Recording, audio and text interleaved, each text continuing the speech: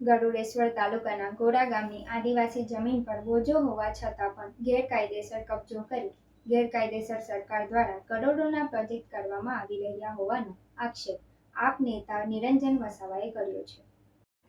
આમ આદમી પાર્ટીના નર્મદા જિલ્લાના પ્રમુખ નિરંજન વસાવાએ જણાવ્યું છે કે ગરુડેશ્વર તાલુકાના ગોરા ગામની હેક્ટરોની જમીન વિવિધ એજન્સીઓના નામે કરી દેવામાં આવી છે।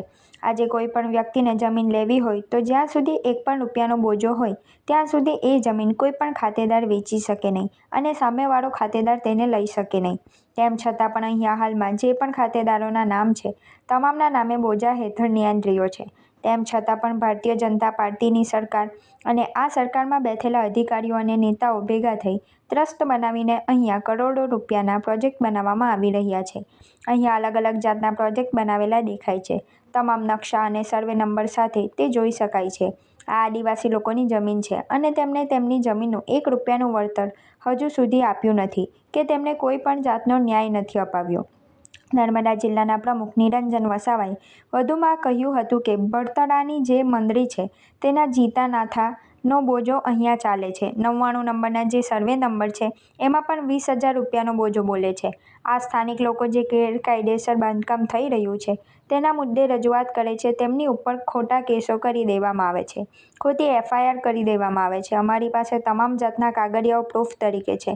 અમે જ્યારે ઉચ્ચ અધિકારીઓ સાથે મિટિંગ કરવાનું કહીએ છીએ ત્યારે નીચલા અધિકારીઓ આવે છે અને આજુબાજુના ગામના લોકોને બોલાવે છે, પરંતુ અમારી સાથે યોગ્ય બેઠક કરતા નથી અને અમારું કહ્યું સાંભળતા નથી। અને આ જે જમીનો છે જેના પર બોજો બોલે છે એવી જમીનો ઉપર અત્યારે ઘણા બધા ટ્રસ્ટો બનાવી પોલીસને આગળ કરી નવા કરોડો રૂપિયાના પ્રોજેક્ટ અહીંયા બની રહ્યા છે।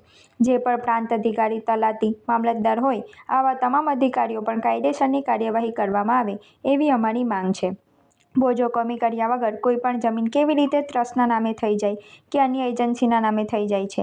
આવનારા દિવસોમાં કોઈ પણ અધિકારી હોય, SOU સત્તામંડળનો અધિકારી હોય, કલેક્ટર હોય કે એનાથી પણ ઉચ્ચ અધિકારી હોય, તેઓ આ ખેડૂત ખાતેદારો સાથે મિટિંગ કરી તમામ લોકો સાથે ગ્રામસભા ભરી ગામની વચ્ચે જે ખેડૂતો સાથે અન્યાય થયો છે એ ખેડૂતોને ન્યાય અપાવે। ત્યારબાદ જ આ કરોડોના પ્રોજેક્ટની કામગીરી છે એ કામગીરી કરવામાં આવે એવી તમામ ગ્રામજનોની માંગણી છે।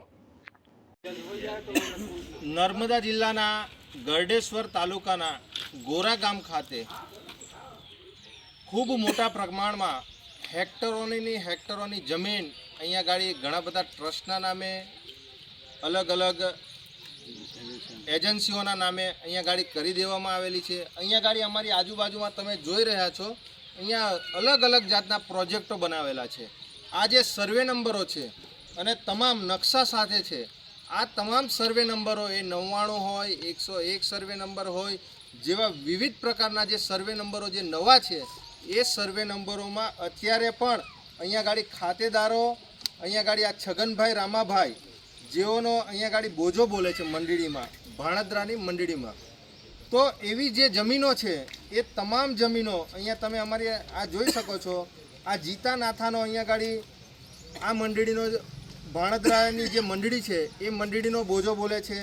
અહીંયા ગાડી આપણે આ 99 નંબરનો જે સર્વે નંબર છે એમાં પણ 20,000 રૂપિયાનો બોજો છે।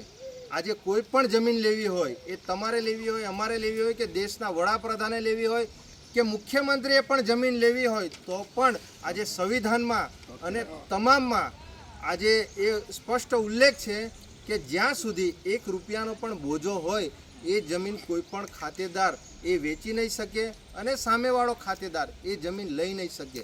પણ તેમ છતાં પણ અહીંયા ગાડી હાલમાં પણ ખાતેદારોના નામ છે, તમામના બોજા પર અહીંયા ગાડી એન્ટ્રીઓ છે, પણ તેમ છતાં પણ આ ભારતીય જનતા પાર્ટીની સરકાર, આ સરકારમાં બેઠેલા અધિકારીઓ અને નેતાઓ થઈ અને ટ્રસ્ટ બનાવી અને આ તમામ આ આદિવાસી જમીનોને હજુ પણ 1 રૂપિયાનો વળતર નથી આપ્યું કે એમને કોઈ પણ જાતનો ન્યાય નથી આપ્યો। તેમ છતાં અહીંયા ગાડી કરોડો રૂપિયાના પ્રોજેક્ટો અહીંયા ગાડી બનાવવામાં આવી રહ્યા છે। આ સ્થાનિક લોકો પોતાની જમીનો પર જે આ બાંધકામ થઈ રહ્યું છે ગેરકાયદેસર, એ બાબતે રજૂઆતો કરે છે તો એમની પર ખોટા કેસો કરી દેવામાં આવે છે, ખોટી FIR કરી દેવામાં આવે છે। અહીંયા ગાડી અમારી પાસે તમામ કાગળિયા છે। અહીંયા ગાડી જે ઉચ્ચ કક્ષાના જે અધિકારીઓને અમારી જોડે મિટિંગ કરો એમ કહીએ છીએ તો નીચલા અધિકારીઓ આવે છે, અમારા ગામના આગેવાનશ્રીઓને અને આજુબાજુ ગામના લોકોને બોલાવે છે, પણ અમારી જોડે યોગ્ય બેઠક કરતા નથી, અમારું કહેલું સાંભળતા નથી. અને આ જમીનો જે બોજો બોલે છે એવી જમીનો પર અત્યારે ઘણા બધા ટ્રસ્ટો બનાવી અને આ જમીનો પોલીસને આગળ કરી અને નવા પ્રોજેક્ટો અહીંયા કરોડો રૂપિયાનું બજેટ ફાળવી રહ્યા છે. અહીંયા ગાડી જેટલા પણ એ પ્રાંત અધિકારી હોય, એ તલાટી હોય, મામલતદાર હોય, આવા તમામ અધિકારીઓ પણ કાયદેસરની કાર્યવાહી કરવામાં આવે કે બોજો કમી કર્યા વગર આજે કોઈ પણ જમીન કેવી રીતે ટ્રસ્ટના નામે થઈ જાય કે અન્ય એજન્સીઓના નામે થઈ જાય. એટલે આજે આ તમામ ખેડૂતોએ આજે નીચલા અધિકારીને આ લોકો બોલાવીને મિટિંગો કરે છે.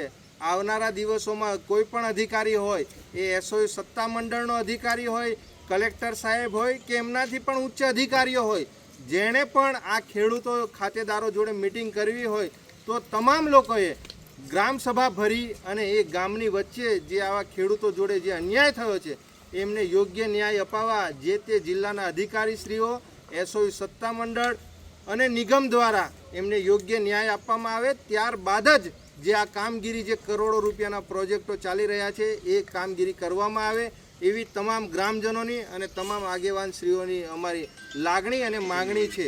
આ તમામ લોકોને યોગ્ય ન્યાય મળવો જોઈએ એવી અમારી તમામની અપીલ છે. જય હિન્દ, જય ભારત. નિરંજનભાઈ વસાવા.